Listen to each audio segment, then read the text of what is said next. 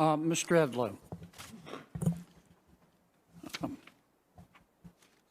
I'm pleased we're having this hearing today, but it just seems to me the timing is bad. The house is on fire, and we're discussing new tires for the tire truck. Does a tire truck need good tires? Sure. Is that important? Of course. But not when the house is on fire. I want to talk about the house fire. I've been to the border. 45? Okay, never mind. I'll go. I used to have a beagle. His name was Roger. I loved Roger. I cried like a baby when he died. But Roger, like most beagles, was incorrigible. About every third day, he'd run away. And eventually he'd come home, and he liked to collect roadkill. And he'd bring that roadkill into my backyard and hide it under my back porch. And the border enforcement that I've seen looks like some of the roadkill that Roger kept hidden under my back porch. Why are we having a crisis now at the border in 1 minute?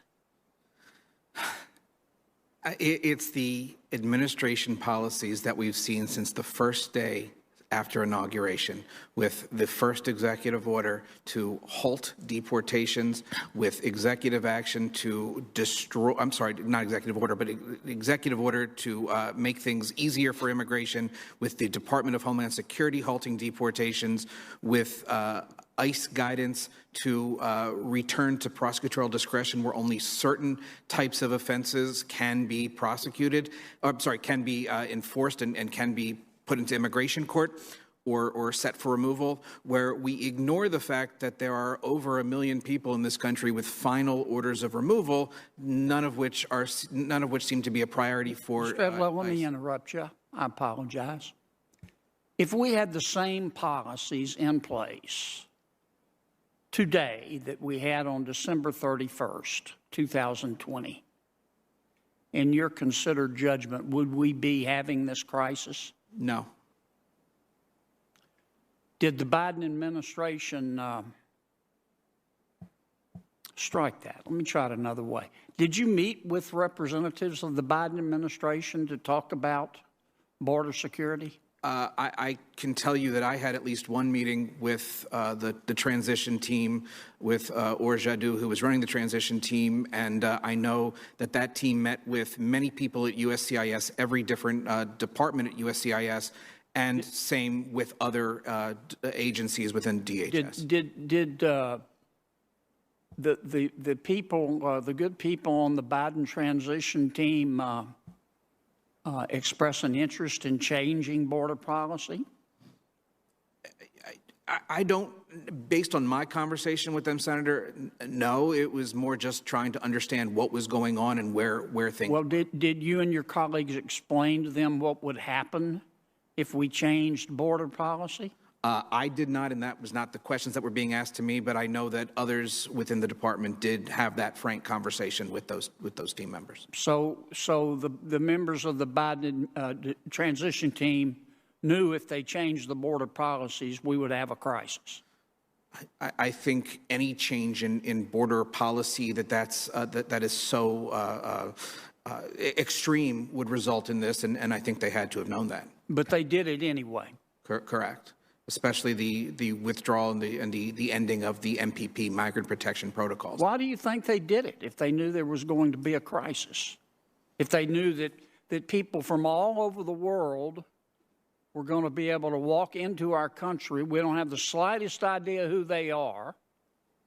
Why do you think they would allow that to happen? It could be several reasons. It could have been a tactic, a political tactic, to then come back and try to fix the border themselves. It could have also been what we've seen time and time again, that Trump equals bad. So anything that the president would have done, the former president would have done, had to be overturned, no matter how successful and how important it was in maintaining order at the border. And that's what I see this as.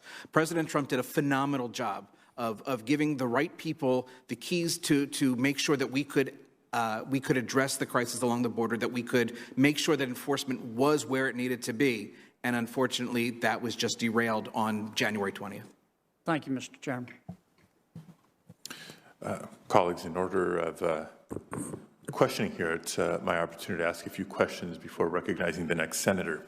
And I want to begin by commenting on what I thought was an original analogy of the House being on fire. But sadly, we've heard it previously in the meeting of the Judiciary Subcommittee on Immigration. At the time, it was when the House is on fire, it's not time to start painting the house. Today, it's when the house is on fire, it's not time to buy tires for a truck.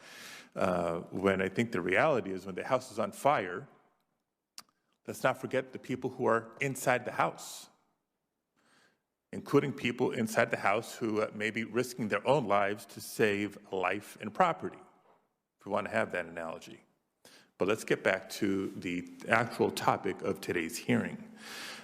When the Deferred Action for Childhood Arrivals, or the DACA program, was first announced by President Obama 9 years ago today, he said that the program was not a path to citizenship or a permanent fix.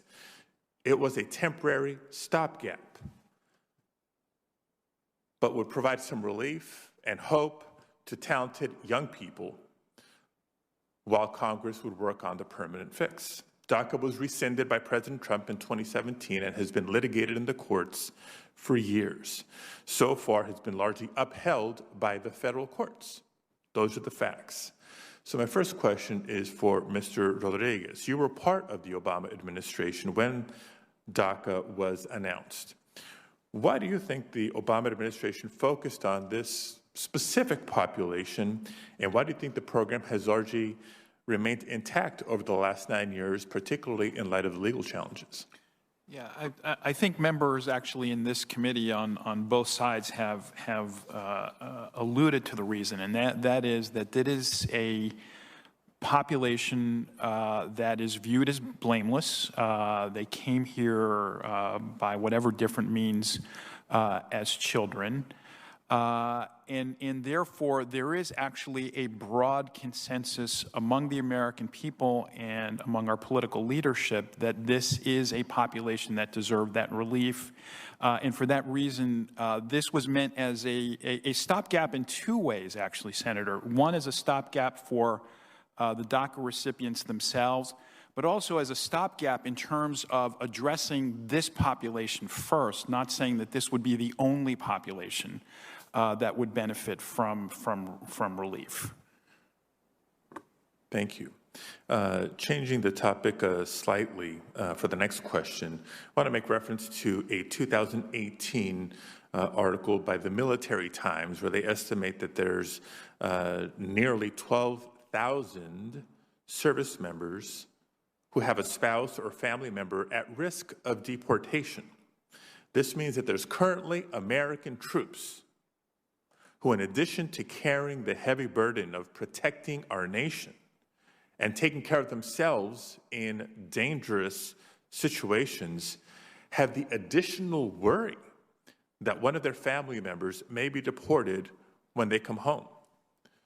These are service members putting their lives on the line for our country, and yet we cannot provide for them the peace of mind that their families will be there intact when they get back. Now, the military prides itself on providing support for family members, for service members, and this seems like a pretty big oversight. So my question is for Mr. Pontieux. According to your written testimony, you have a United States citizen son who is currently serving in the U.S. Army.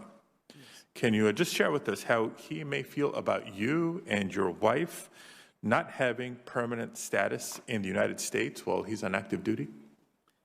His name is Christopher Pontieux, and he's a reserve in the U.S. Army. He just came from deployment. He was deployed for 10 months, and he feels that it's unjust.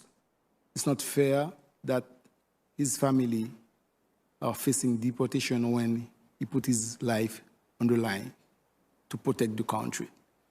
So I think we can change that. I cannot do anything, but you you can change it and make it fair for the TPS holders and DACA recipients too. Okay. Thank you both, and thank you to all the witnesses. We now turn to Senator Tillis.